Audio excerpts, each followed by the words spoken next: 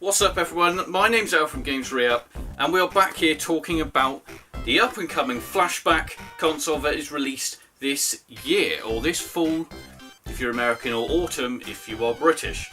Now, this is not actually just going to be, or there is not going to just be, a standard Genesis, essentially clone, console.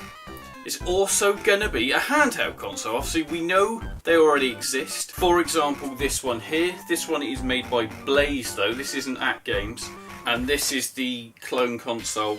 I say clone console because it doesn't actually really look anything like the original console, the Genesis or Mega Drive. But this is one of them as well.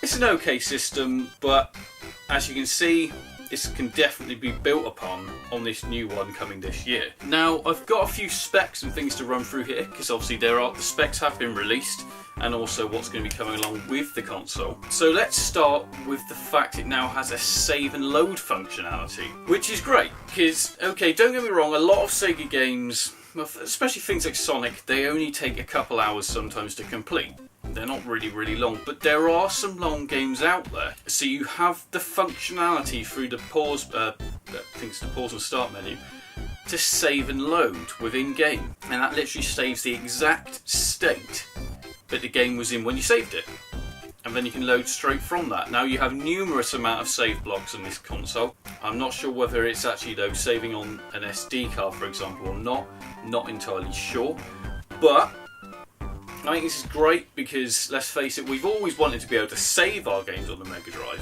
We haven't had to constantly sit there for hours upon hours, although we did that when we were kids. But we've now got that added option to be able to save and load, which is fantastic. Also, as you can probably see right now on the picture, it has a rewind button. There's a rewind button. Now, I don't know if you've played, what was it? Was it Prince of Persia on PS2, something like that, which had a rewind function. Basically it meant if you drop to your death in a game, for example, or you do something really wrong, you die, you made the wrong turn, etc, press the rewind button and it will literally rewind the game to a point where you want to, and then you can continue. Now, it's kind of pretty cool, I suppose. It's a little bit cheating almost when you're playing a game, but again, it's a cool little function for an awesome looking console.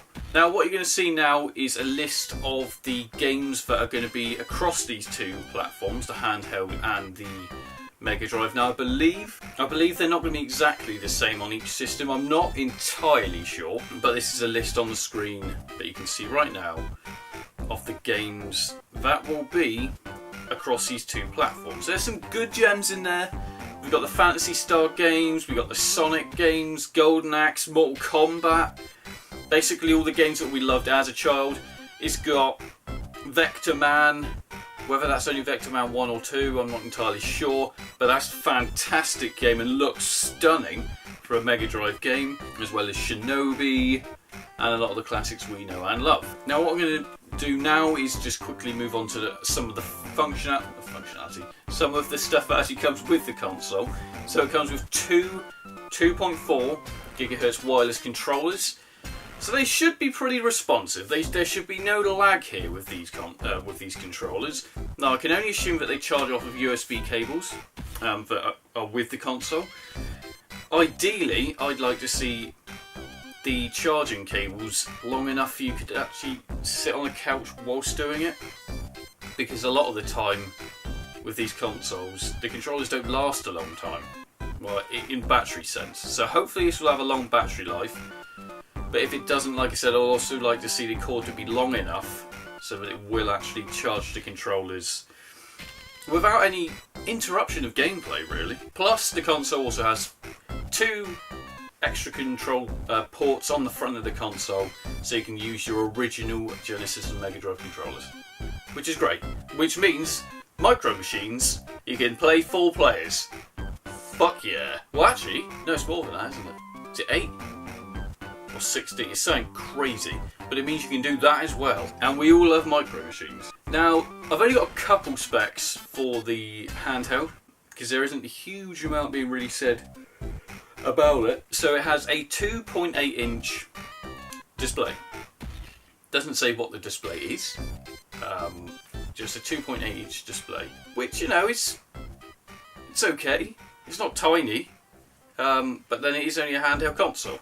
So it's something you can have in your pocket whilst you're at work, for example, or, you know, at school, or when you're out and about, when you're travelling, just so it's there, ease of access. Now, it's got a lithium-ion rechargeable battery inside, which means it should last quite a while on battery life. Very economical, and hopefully it's quite a solid unit, because you can get some of these units, they don't last very long. But hopefully, At Games have put a lot of effort in design and all that to make sure that it does stand the test of time. Also, the handheld console has SD card slot. Now, whether the full-blown Genesis clone one does, I'm not entirely sure. I think it does. Anyway, the handheld does as well, so that means we have endless amounts of games. Now, I can only assume this also means... Now, I will ask this question, I will email them. Will it be able to play the homebrew games that are coming out? Because someone has already asked this, and I could only assume it would, but I suppose the games they're only testing in oh fucking hell. The games they've put into I can't talk. The games that they've put into production, or the games they were testing whilst the console's in production, would have been the originals, not homebrew games. But like, I don't know. But like I said, I will ask the question, and as soon as I know, I'll do a video about it. But I'd only like to hope that all of these fantastic games that are in development from these indie groups will be able to play on this console, because at the end of the day you want it there to be able to play everything. And if it can do that, then let's hope, eh? Let's hope. That pretty much wraps it up for this week. Let's face it, you've been watching Games Re-Up, home of Sega, let's put it that way. We're pretty much a Sega channel now. Anything Sega we like to uncover, we like to have a nice little look at. Obviously I do some other games I love, like Doom for example, a lot of the original PC games, you know, anything like that I do like to cover, but this is predominantly now essentially a Sega channel, because I know you all love Sega just as much as I do. Yes. Anyway, I've been Al from Games Rip. I'll see you all probably next week. See you later.